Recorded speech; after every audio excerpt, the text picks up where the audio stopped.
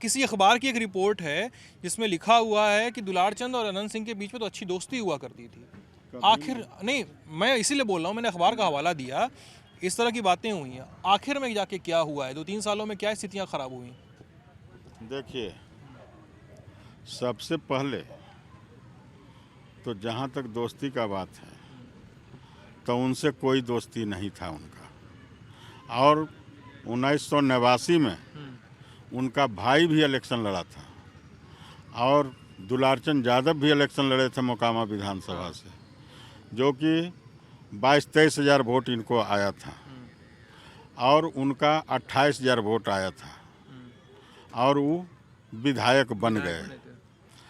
तो दोनों को तो 36 के आंकड़ा था।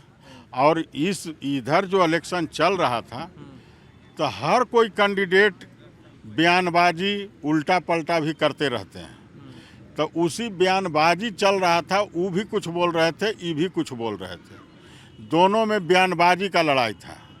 और उसके बाद में उनको हार पसंद नहीं है। किसको?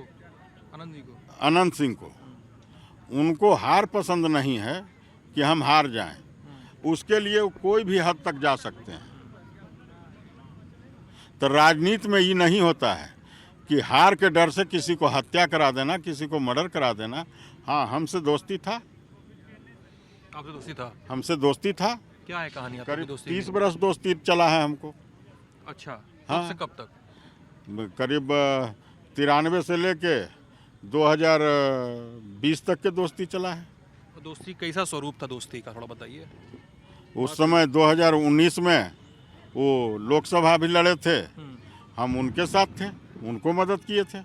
अच्छा। हाँ, उसके बाद में कुछ कारण से डिबेट हुआ। कारण बताइए सर। मतलब मैं बताना नहीं चाह रहा हूँ कैमरा पे, आप ही बताइए सर। जैसे देखिए, कारण कुछ भी नहीं है, मन का भ्रम है। क्या भ्रम था उनको, क्या भ्रम रहा आपको? उनको लगा कि ये अब आने के इलेक्शन में उतरना चाह रहा है, तो यहाँ से मनमुटाव शुरू होता है।